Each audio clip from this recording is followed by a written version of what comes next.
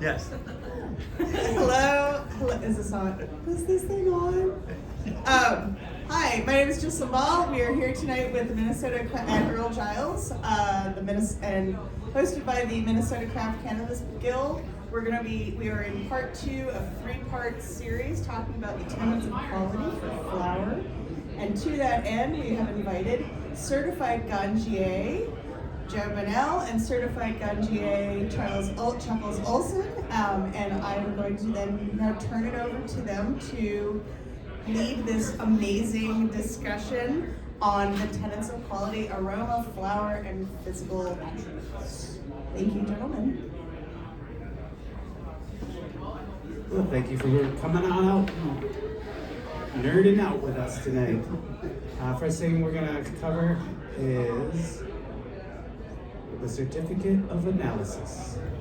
And I'm not going to go super deep into each line because there's a lot to talk about there. But we are just going to give a good overall and why it matters, basically.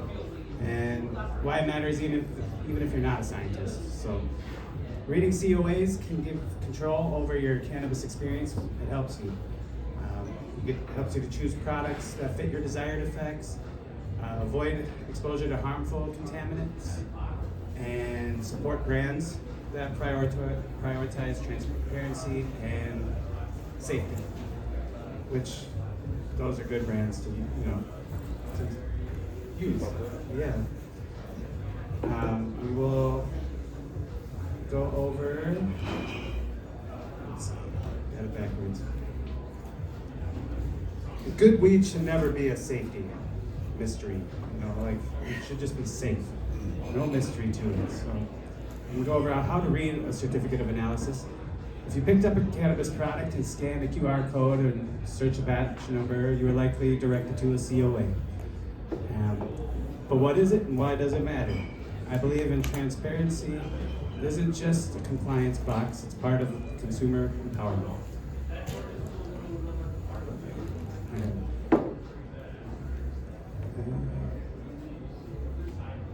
Straight real quick, I should have done this first.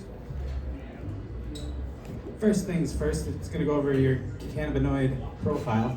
It shows you levels of various cannabinoids, THC, CBD, CBG, CBN, CBC, usually listed as percentages by weight, like 23.7% or milligram to gram.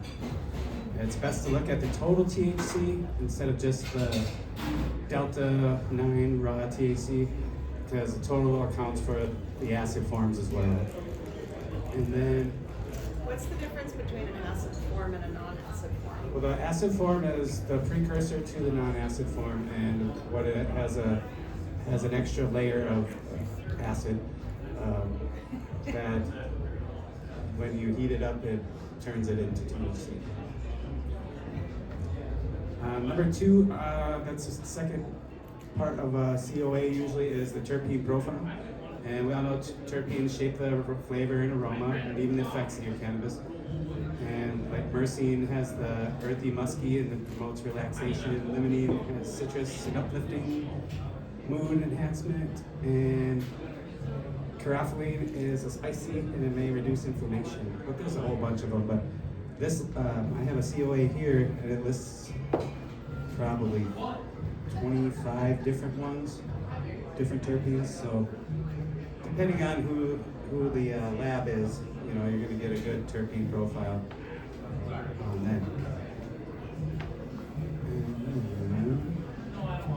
The next part of a COA is contaminant screenings, and this basically just tells you what isn't in your weed, and it's super important for your health and safety.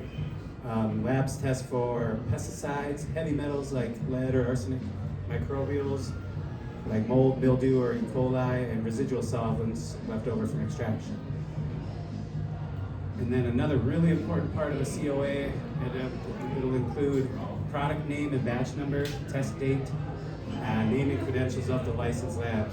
But we want to watch out for COAs without a matching batch number to the actual product you purchased, or the test date older than 12 months.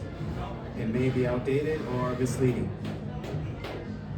COA is a lab report issued by a third-party testing facility that verifies what's in your cannabis product, and it helps confirm potency and terpenes, contaminants, And think of it as like your product's report card. It's a quality check from an independent source. I got a question. Yeah. Is a COA required for every, if you have a dispensary, you're required to have a COA for every flower? Every product. Every single product. Every single Yeah. product, flower, edible.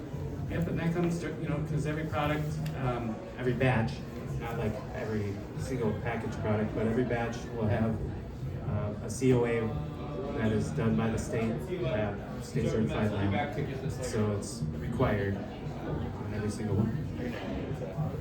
One other thing about that would be the THC percent stuff isn't always going to be exactly accurate to the COA because of the batch testing, so I think, what do they say, 8%, so like 4 one way or the other could be as much as that difference, so it's a good guideline, but they're not always going to be absolutely accurate on that. Can you guys hear? Because I like. You want to turn it up? Okay, I'm gonna actually go get somebody because. Do you? Test. Turn it up. I think the background noise is loud. It is. Is that a little better? Yeah, and there's really not a lot we can do Yeah. because that's all open up there. You guys are good. We'll see. Yeah, but if we can get it, is it louder now? Is that better? There you go. Okay, great. So I was saying that the Okay, does anybody percentage. order drinks? Alicia, where'd you go? Oh, they're in the apothecary. Oh. I was saying that the THC percent could be a little bit different than what they actually say because they don't test all of it, obviously. It's always a little different in the plants. It's a sampling. You can't test every single flower, so they test a sampling of a bag. And you will find throughout a plant, it is very different. Even in one plant, not just. Yeah, in one single plant, you can definitely have like the bottom of the plant is going to have different readings than the top of the plant, and then even on a bud, like you got one big bud, like the bottom of the bud's going to have higher THC than the top of the bud. Which most people think it's the other way around, but it's actually the bottom produces more THC than cannabinoids. But that's just in the colas. In Yeah. the bottom, but that and the bottoms of the plant, it's a different Yeah. presentation. Well, it's also brought on by the nutrient absorption. It's closest to the stem, closest to the roots, so it's getting the best nutrients. Maybe not always the best light though, too. Question? Can I ask what the sampling method is for the labs? Like, how do they select what part of the bag or like what part of the plant is equal? I'm guessing the dispensary tries to figure out the best possible one they can send. Okay. So that definitely happens too, but when it comes to the batch testing here in Minnesota, I haven't seen it, but I was told that the person that's coming to take the samples, you have to have a bunch laid out on the table, and then they just choose. So you don't get to be like, here, take this one. Yeah. So, but they're gonna have like 6 different ones for that batch, and then they're gonna choose one themselves, whoever the testing. And next, I think Ghislaine was going to talk about how to search for molds. Did anybody bring any samples of the molds? Stop it! No, that is so awesome. You're my favorite person. I'm not quite sure. We're hoping, we've got our fingers crossed that this has mold in it. Said nobody ever until tonight, right? Because fun fact, people, when they do come, mold is super common, and this is something we need to be paying very specific attention to in the state of Minnesota. We naturally get mold, like a lot of it. We are in this corridor in the middle of the United States that we just have higher humidity. We have higher humidity than, say, the Emerald Triangle. So we need to pay careful attention to our chain of command, all of the levers of control that we're going to be having along that chain of command. There is a term for that is not chain of command, and it's called something else. And I can't. Also, chain of custody. That's a good one. Supply chain. That's the phrase I was looking for. Because what leaves the farm. So I was actually involved in no, you know what? I'm not going to bring that up.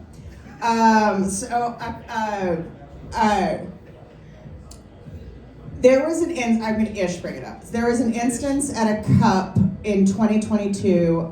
It was the Cowboy Cup, and it was in Oklahoma.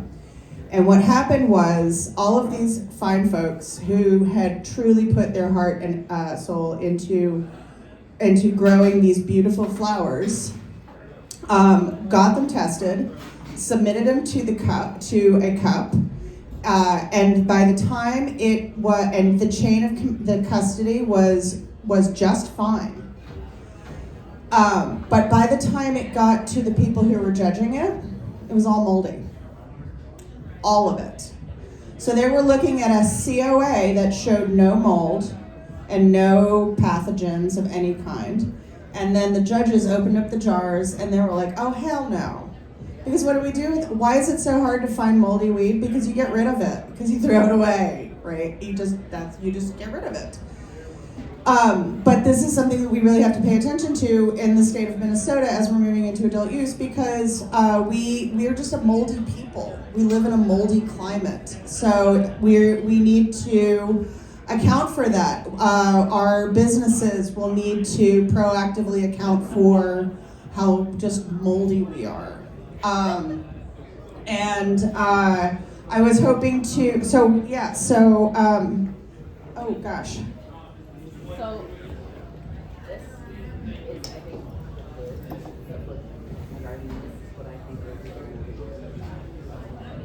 Okay, I'm getting basically what I'm looking for is that kind of, your grandma's basement, right? That's that musty, but like, it's not good musty. It's like, it's not good musty.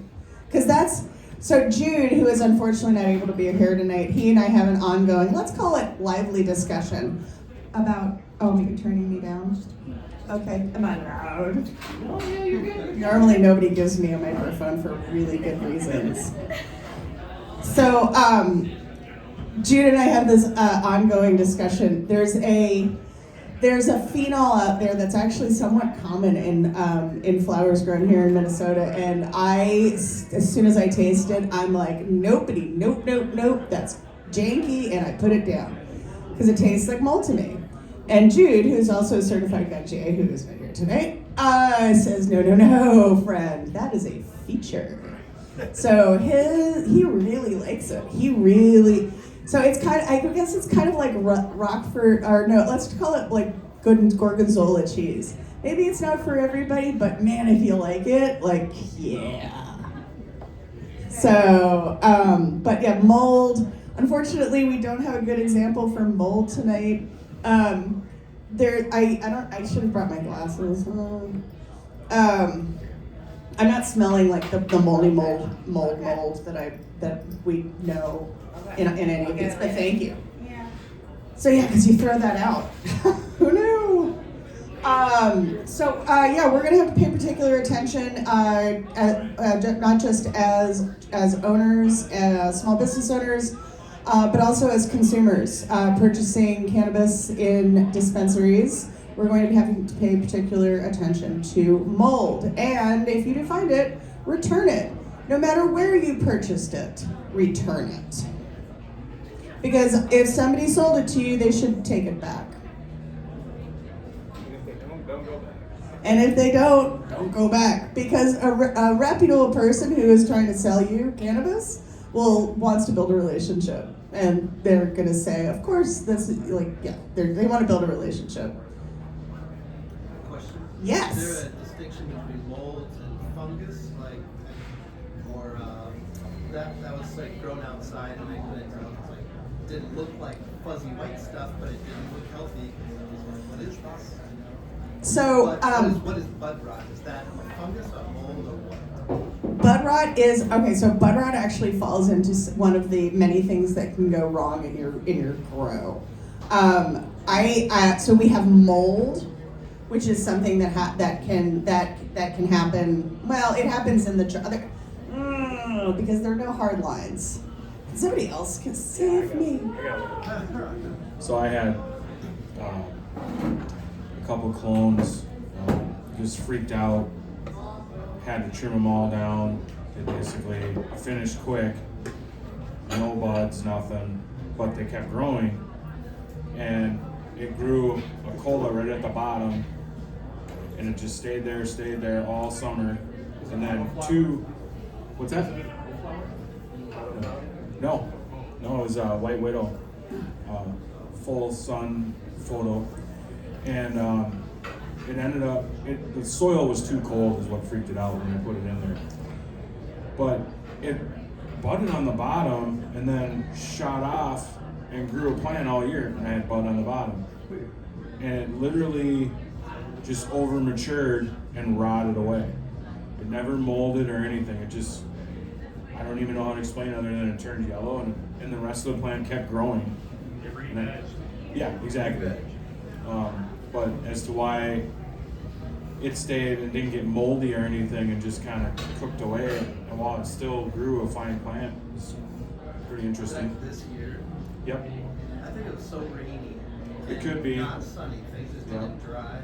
But I had other plants in the same area that just totally re-vegged and grew totally fine, where this thing just grew this extra, it didn't really even fall off, so it was kind of neat. But that was definitely bud rot, and I wish I would have kept it to show you, but it's on my compost pile, like you do with crap like that, and moldy. Mold is good for that kind of stuff. There's also, what is it? There's also the other, what's the other one that's really common here? The corn silk, corn schmutz, corn smuts. What is it? I'm doing the same thing for you. I'm not sure. It's actually really common problem for outdoor crops in the state of Minnesota. Is something that's also common to corn. All right, then we're gonna move on to aroma and flavors. Yes. That's not me. Oh, I'm doing aromas. Okay. My apologies. My apologies. So aromas and flavors. Cannabis is very aromatic. There's a lot of reasons for that, and as we know, how cannabis flower smells indicates how it's going to make you feel when you consume it. So this is one of the reasons why it's very important for us to be able to differentiate and to articulate what we're smelling in our cannabis flowers. And this kind of goes back to so as I was talking earlier tonight about commodity cannabis versus craft cannabis, and one of the things that we talk about is I use comparisons to beer a lot. In the state of Minnesota, we have a lot of Budweiser that's coming into the marketplace, a lot, and it's going to be here right now. And I love Budweiser. I'm never going to shame somebody for drinking a Budweiser, but there's not just Budweiser out there. We've got all of these amazing craft experiences like Liftbridge and Indeed and Fulton, and I mean, we're Minnesotans. We love our craft. We love craft beer. We have a 3-day festival for wool, for crying out loud. So we respect our craft, and I'm here to tell you that craft applies to cannabis as well. When I was growing up, I like to talk about beer. So yeah, when I was growing up, beer came in light and dark. It was Budweiser, or it was like Guinness, and I think that was probably just because I was on the East Coast and we had Guinness. It was a New York thing. Also, I'm very old. So it was light and dark, and then the laws changed, and we found out that beer was actually not only just one or two things. It was like this huge three-dimensional amorphous cloud of subjective experience. So when we talk about a cannabis flower, and we're talking about flavor, and we're talking about aroma, one of the things that we look for, we talk about a cannabis flower being loud. okay? If you hear that term, it's because somebody is saying that that flower has a very potent, powerful, pungent smell. That is a good thing. That's also one of the things that we can see on the COA. Before you even open, if you can't open that jar, you can still look at the COA and you can look for what terpene percentage is represented on that COA. Honestly, anything less than 3.5%, I wouldn't purchase it. I mean, like, you could, sure, why not? But that's just my preference, and I'm also kind of an asshole when it comes to weed, so that's also true. But anything approaching, like, oh my God, if you find anything that's over like 4.5%, please call me. Seriously. You don't get those numbers. You mainly get those numbers in outdoor. And there is a lively discussion about indoor and outdoor when it comes to cannabis. And I will never shame somebody for liking something different than I do. But outdoor is really good weed. And that's where you're going to get a lot of complexity with flavors and aromas. And that's also where you're going to get the truly pungent, powerful, loud, over 3.5% terpenes. And that is because of the bioactivity in the soil. A lot of the soils that we get, that we use for our indoor grows, those have been inoculated. Yes, we love those, but the outdoor is natural. Your plant is in conversation through mycelium and through fungal communities with the earth and with everything around you. So it's that conversation that when you include nature in the artistry of your conversation in growing cannabis, I think that she has a lot to say. So that's me getting a little woo-woo. But so aroma and flavor, so we look for aromas and flavors that are layered, and we look for aromas and flavors that are powerful, that are strong. And it is subjective. I mean, you can have, but that's just something that we look like. That's when it's subjective. You can like your single note flower, and that's a beautiful, beautiful thing. Just like you like your single note wine. And not everything has to be this like journey or experience. Sometimes you just want to get high, right? So, but when you want a journey, when you do want to have an experience, when you want to sit down with that beautifully crafted joint and smoke it in a go, that tells you a story. You're sitting there and you smoke a joint from beginning to end. That's listening to an album. That's smoking a cigar. Like that's a ritual. So I think I've talked enough. That's also combustion and vaporization in a joint. You get that both, which is a different feeling for sure. So I'm going to talk a little bit about the actual plant itself, its attributes, just the basics. So get up to the trichome where the real money is, but you have the nodes off the main stalk, which is just the corners of the branches, and that's where you check for your sexing. You'll see stigmas there, and as they stack up, bract will form, and pistils and bract will be all together, and that'll form a cola or a bud. Also, there's sugar leaves and fan leaves, and the sugar leaves will be covered in trichomes, so will the bract. The bract cover the seeds.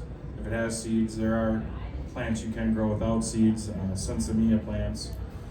And one of the things about the bract that's interesting to keep in mind is your plant maturity will show through the cola if your bract are even all the way up to the top. A lot of times you'll see smaller ones at the top, that plant wasn't quite mature, but a lot of times they're not really paying attention to the actual maturity of that, more the trichome head. And that kind of brings us into the trichome. Parts about the trichome, the head is the main capsule you want. The stock is mainly for basically nutrient uptake to the top, and all your good stuff is in the top. The terpenes are in there, your cannabinoids are in there, including THC or CBD. So everyone knows when you see a nice frosty bud, that's your trichomes. But one thing with that is you can see a frosty bud, and if you get down and look at it with jeweler's loupe, you can see that heads are gone all around it. And the frost is a lot of times just the stock.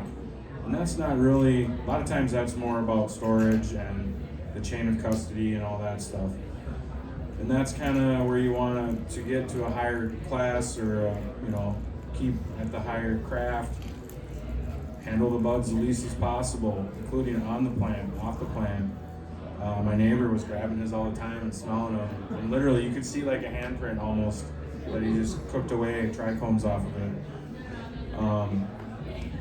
So that's just one thing to keep in mind about the craft of growing. Also going to talk a little bit about concentrates. I have quite a few samples if you want to kind of look at them, smell them. You have solvent-based extracts, would be done by hydrocarbon extracts like butane, propane, isobutane. They would consist of like live resin. With the live resin, they use fresh frozen to keep as much terp and aroma as they can. You also get like sauce, you can get distillate. It's called distillates on a lot of gummies, I believe. Also RSO is too on a lot of gummies.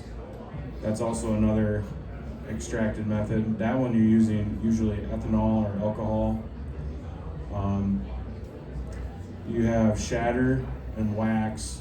Wax, you have kind of a couple different types. I don't know, they're all kind of similar, but you have a sugar based, it's literally like sugar, and then you have a crumble that looks a lot like sugar, but it's more airy. Shatter is real hard, usually totally clear, brittle. They can also use CO2 to extract, and you usually don't get any residual solvents with CO2.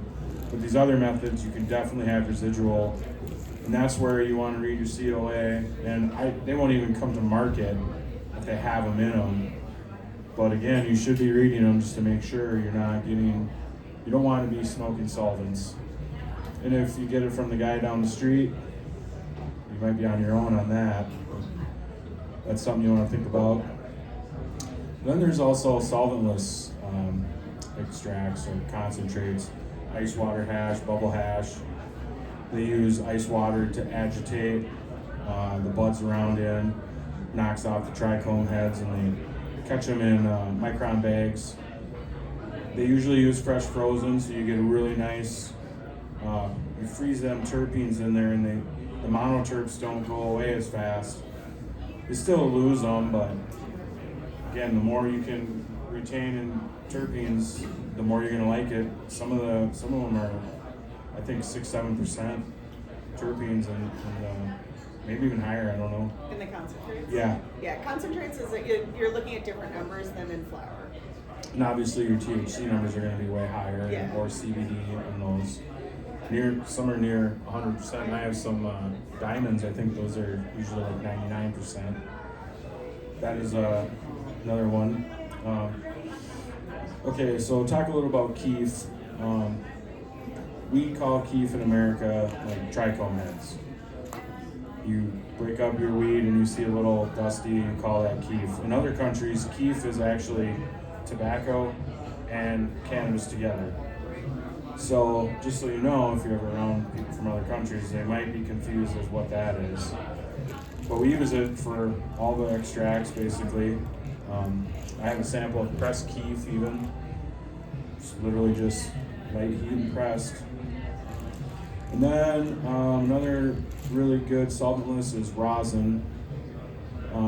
That's made by applying heat and pressure to either keef or actually bud, or sometimes they'll ice water hash and then freeze dry it and then press it. And some of those are extremely potent in the aroma. I have one here that is gas 80 and it smells like gas 80. If you guys want to smell that, feel free. Yep, nicotine, essential extracts. That's about all I got on that. And I know there is other concentrates out there. Just kind of keeping it short and sweet. Over to Chuckles. Thanks, Joe. Good information there. All right, I'm going to talk about seeds versus clones. This one I was excited about checking it out. So we can grow from seeds or clones. There's a huge debate which is best. I'm going to go over some pros and cons of each method, but both can yield quality cannabis, and that's subjective how you like it. We're going to find out. First, we're going to talk about seeds, and then I'm going to talk about feminized seeds. Popping traditional seeds that are not feminized is a gamble, and we don't know what we're going to get, and if it's male or female yet. I prefer traditional seeds as it's the way nature intended, but feminized seeds have some very positive attributes. Increased yield, predictability, consistent bud quality, high quality from feminized seeds made from reputable breeders are bred for stability, leading to more consistent growth and desirable characteristics like potency and flavor. So when you get a feminized seed, you know it's going to be a female, and if it's done properly by a reputable creator, then it's going to be very accurate, the same every time. So that's one really good way to grow from seed. Potential quality issues from the feminized seeds is if you get it from a poorly bred creator, the seeds can lead to instability that have poor germination rates, so like they won't pop at all, or unstable genetics resulting in stunted growth or subpar yields, and also hermaphrodites. So, you kind of, it's kind of a crapshoot. If you trust the source, then the feminized seed is probably the best way to go. But if you don't know where that feminized seed came from, then you might get some stuff later on down the road that you're like, dang it, I didn't know that was going to happen. Traditional seeds or regular seeds, those ones are the ones if you're going to breed, they're great for breeding, or if you're going to make your own seeds, if you want to make your own seeds at home, it's far easier to do that if you have male plants to make pollen, so you want the male plants. And then also with traditional seeds, you're going to have more strain choice because it's harder to make feminized seeds, so many strains only come in regular seed form. So like probably 70% of the seeds out there you're going to find are going to be traditional seeds, and just because they don't make the feminized seed form. Regular feminized seeds, why seeds are better. Pros, first generation, that's why I think a seed's better. It's like you're getting a clean slate, disease-free, and you're going to encounter less viruses and plants that start with a taproot that grows straight down, usually resulting in bigger and more robust and sturdy plants. So grown from the seed, you got the root that goes straight down, and that supports the plant way better than if you're going to grow from a clone, which kind of the root system spreads out, and it's kind of more airy, the plant will be. The F1 is considered a more vigorous plant, making it the best possibility to find the unicorn in pheno hunting and also higher yields. The unicorn is what growers are after, like they want that. And that's when you start cloning. Once you find that unicorn, then you want to scale the unicorn. So cloning comes in handy from that. Also, growing from seed is going to be when you do your breeding. And seeds are easily accessible to purchase online. They'll ship them right to you from anywhere in the world, and you can store them for years. So those are some pros. Some cons to growing from seed is you never know what you're going to get. which kind of falls into the pros category too, because you might find that unicorn, but the chance of that weighed against the overall unpredictability has many growers siding with clones. Germination failure, so not all seeds are guaranteed to sprout. Male plants, unless using for breeding purposes, these pesky little guys can ruin your whole harvest by pollinating the females, so you have to pull them, and that adds up to a lot of wasted time, space, and money. And also genetic variation. Seeds from the same pack tend to produce varying phenotypes, resulting in inconsistencies, like the height of the plant, the aroma, potency, and also yield. The growth cycle from seed is also 2 to 4 weeks longer for germination, the initial seedling stage. So if you're a bigger facility grow, then you're gonna look at cost. The quality seeds can be pricey and require a longer, more labor-intensive, resource-heavy, like nutrients and electricity. It takes a lot more of that for that growing period. And we'll go on to clones. Clones they have the exact genetic profiles as the mom, and this can be either a great thing or not so much as well. Let's talk about what can be great first. The pros to growing clones. It's uniformity. You usually know what you're getting if you're familiar with the mother plant. You know exactly what the plant wants, and basically you get instructions to how to grow it the best. And you save quite a lot of time in the growth cycle, and you can scale the unicorn.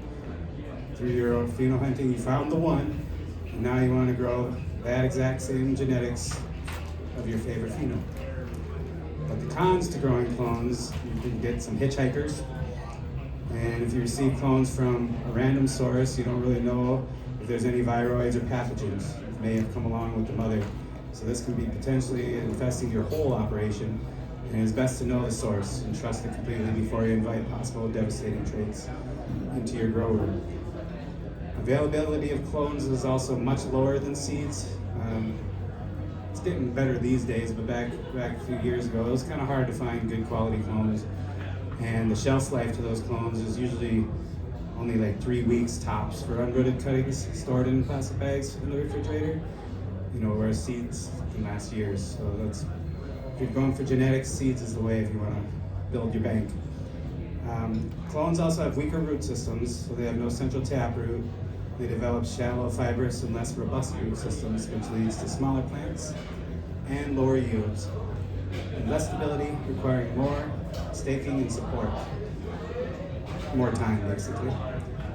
Choosing between seeds and clones really depends on the grower's experience, their goals, and the setup they have. Seeds are generally better for beginners, offering stronger, more resilient plants with a blank slate for health, while clones are preferred by more experienced growers seeking high efficiency, faster harvest times, and guaranteed genetic consistency.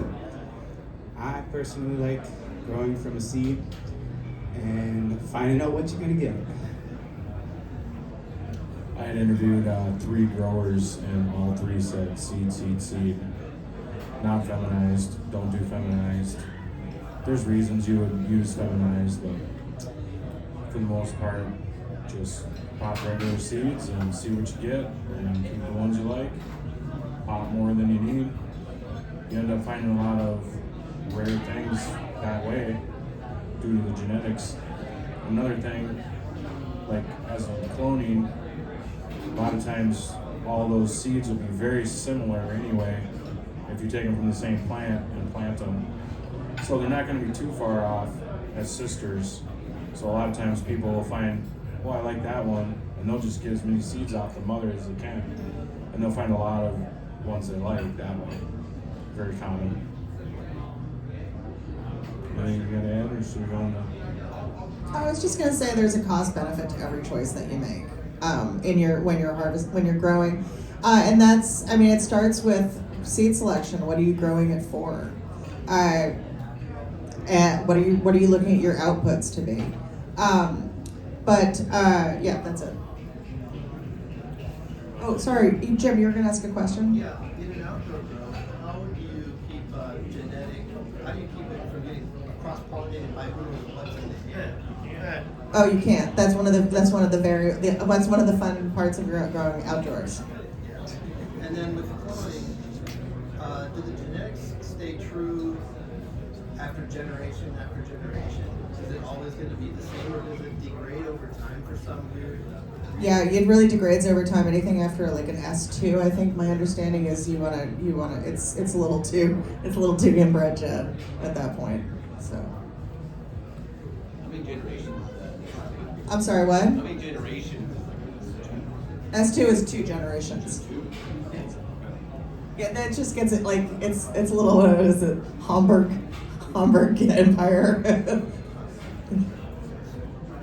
The Romanovs. So you can't just have a plant and keep taking cuttings and grow that and take cuttings from that and take cuttings from that forever and ever. It doesn't work like that. I mean, you could. Are you taking? Is it the same? All right. So your plant is your F1, and then so if it's the same plant that you have kept alive for however many years, then those are all S1s. You got to grow up the S1 to get the S2. So anything after that, that's when you get a little hamburger empire.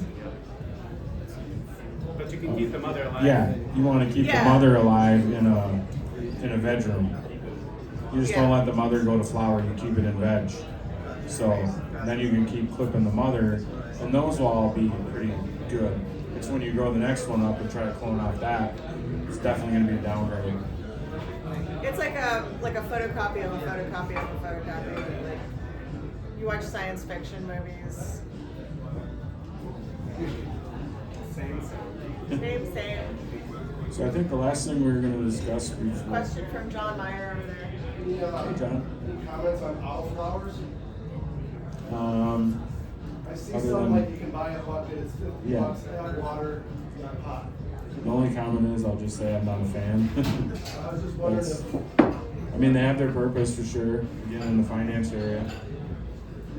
Well, it's like it's like going to a beer brewing store and buying a 5-gallon pre-made kit, or like a mushroom kit. Like you got it for Christmas because you need a hobby, because you live in Minnesota and we love our craft. But so yeah, like the autoflowers in a cup. I mean, you're also going to be seeing. I think this year. I was talking to where's Bob. I was talking to Bob about putting clones in like little like solo cups and selling them for $4.20. Like kind of like you buy chocolate for Easter. You give somebody a clone for $4.20. Like I just think it's fun. It's kitschy. It's cute. So. I think the last thing we were going to talk about was indoor versus outdoor. And I don't know, you want to kick that off? Actually, I was going to end that. All right. Well, I'll say with the indoor she kind of covered that earlier. With basically the outdoor, you get the nice uptake. The way I was described to it by Swami was your plant will send signals for when it needs something. It won't when it could use a little more of something, but when it needs it, it will. And other covered crop around it may need other things that come up into your root system, and then your plant goes, oh, I'll take a little of that too. And it's a big exchange of sugars and molds, like she said. And, so you don't get that indoor almost no matter what. Even if you do a cover crop, it probably will work a little better with cover crop indoor. But so I've always kind of just felt like the outdoor and full sun. Like, they make how many lights are on the market? They're all, this is the best light, try this color, whatever. They're all trying to emulate the sun. The sun is not, you can't replicate it. It's just not. It's the way the stuff should grow. That being said, I do enjoy indoor for sure. I'm not a snob that won't by any means smoke indoor or whatever, but the terp percentage, and when you get a good full term outdoor, you get a little different feeling off it, and it's all because the terpene uptake. And that's about all I'll say. It's kind of exactly what she said. You want to add, or? We have a question? Is there better crops to grow cannabis with? Have you found all? Like, is there, like, I know you, yeah. Companion plants. Yeah, exactly. Yeah, actually, yes, there are. I know people in Northern California. We all know people in Northern California. I'm thinking specifically of the Tyler would be awesome to answer this question. I'm thinking very specifically of the O'Neills, Casey and Mark and their family up at Happy Days Farms, and they do a traditional market garden. They're super old school, so they've got the carrots, kale, corn, cannabis, beans, like they're doing that, and they sell all of it at their local farmers market. That's what they're doing. That's their existence. It's a pretty neat exist. I think they just added goats. So yeah, as far as I know, you want me to stop here, like bless, get the microphone away from her. Indoor, outdoor. It's just a choice. It's a cost. There's a cost. I don't believe that it's one is not better than the other. It's just they're just different. It's just you make your choices depending on your situation. It's indoor can be more consistent. Like that's a benefit of indoor, that the product can provide more consistency. The cost would be that it's not gonna be quite as terpene heavy, and it's not going to have the spirit of discovery that a lot of that I personally find interesting, that I quite like. But that's not for everybody. A lot of people really like consistency, and if when you're using cannabis as medicine, having that consistency is really important. Like it's important down to let's add isolates that are grown in yeast or whatever in order to make that medicine that consistent. So again, cost benefit to everything, and it's a decision that the artist makes for themselves for their own personal expression of output. So that's what I got on indoor and outdoor, also outdoor rocks. Do you have more about cover or companion crops? Oh yeah, I was gonna say there's the build of soil. I forget what it is, but it's a 9 cover crop thing. I know there's clover in it. I don't know all of them, but that is definitely a good question. We'll get more into, and we'll do some research on that. And Tyler is down here sometimes. He's a certified Ganjier. He grows up north. He knows that stuff very well. He's actually told me it all before, but you know, don't remember everything. I was high. Alright. So you see, we got a bunch of jars up here tonight. We're gonna go through them. These ones right here that are labeled, those are the ones that we're gonna try to decide. You guys can come up, check them out. These tops just pop right up on these jars. But go ahead and just check them out, and we got a little note card there, and you can write down the name of each one, and if you think it was grown indoor or outdoor. I thought that'd be kind of a fun thing, just kind of see where your own knowledge is at. I'm gonna go through just a couple of cues that you can look for to help you decide if it is indoor or outdoor. These samples over here are the booth. That's the booth. And John, they were courtesy of John over here. Do you want to tell us about the janky weed that you brought? This was my first ever grow. I did 8 plants, half indoor, half outdoor. No idea what I was doing. I got stuff that looked nothing like that. Usually one number, big. Fluffy, perhaps? Very fluffy and big, as you can see. One's CBD, about 1-to-1. They were all out of flower. And I had no idea what I was doing. I think I dried them enough that the outdoor harvest happened in September. It was literally 90 degrees out. They had to come down because they were starting to rot. I was at a place where I could go inside, so I had to drive outdoors, I was hanging there, 90% humidity. So there it is. We got put in jars with little packs, and they've been sitting 2 years. I haven't even opened it. Damn. So I suspect You hoarded this special expression for 2 years. Just to run down on those. I think we actually might have molded this one. Yeah. I know, I'm super stoked actually. I'm like really excited. I might take it. Would you say it's Oh shit! Yes, there's for sure mold in that. Oh, okay. Now we can find out what I didn't actually check all of them. I just kind of looked at it and was like, oh great, we have a lot of stuff to They all have a compost. very flowery smell. Yeah, and that's not a lot still there. Yeah. It was very You got mold? Yeah, that's like clearly mold. Come smell it, That's moldy weed. definitely not a feature. That is not a feature. Don't inhale. But... Man, all right. So, go ahead. John, this one isn't bad. There might be a couple good ones there. I wouldn't go that far. Go ahead, Jen. Question about smelling mold. Are you concerned about inhaling the mold spores?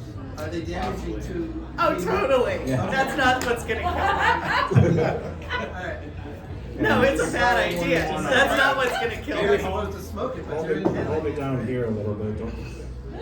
You're not huffing it. Oh yeah, do Jen. that. Don't I huff didn't it. pay attention to that. Sorry. Like, I'm like, no. All right. So, let me just kind of go over just a couple of cues you can look for when we're going to go through these ones over here. And you can write down the name of the sample, and then just write if you think it's indoor or outdoor. And then we'll go over everything later, and you can keep score yourself. We're going to discuss ways to tell how it's grown by visual cues and smell cues. Indoor visual cues, the color is going to be brighter, usually more green, more vivid, potentially with vibrant purples and reds if the strain allows for that. So it's just a brighter, just not dark. And the structure is usually tighter, more compact, dense buds on the indoor. The trichomes are very frosty with heavy coverage and sparkly. So it can shimmer. We got some little flashlights right here if you want to give a little shimmer test. And then also here's this is a jeweler's loop that has the screen on it, or just a regular jeweler's loop here too that has a light on it. You can feel free to use. And So you're looking for trichome coverage and intact trichomes? yep, trichome coverage, intact trichomes. I mean, doesn't mean that they're gonna be there for sure, because some of these samples are older, and that over time you're gonna lose your trichome heads. But you can definitely get a good close look at them just to help you decide. Also, the trim on the indoor is usually cleaner with fewer sugar leaves left on, right? So that's the indoor. And then the sun-grown or outdoor visual cues. The color is a little darker green usually, and they have sun-faded brown or tan spots or deep purples. And the structure is looser, a little fluffier, airier buds, sometimes larger buds.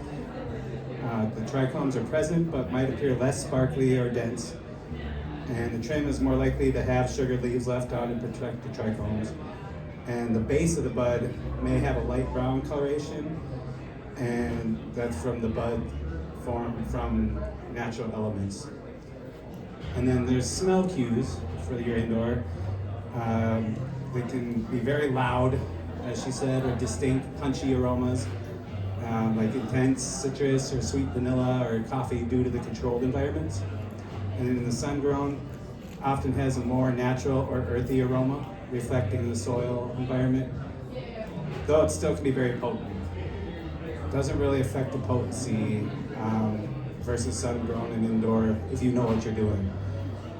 And then an important consideration is quality matters. A high-quality, well-grown, sun-grown product can easily outperform a poorly indoor cannabis-grown plant by both look and smell. And then it depends on the genetics. Some like to grow outdoor better, some like to grow indoor better. But some strains also naturally produce darker colors or specific aromas regardless if you grew it indoor or outdoor. So I'm gonna put a few over on that side of the table and a couple on this side of the table just so we don't get it all in one bunch. And then you guys can come on up and grab a note card, there's some pens, or you got your own pen, bring it up.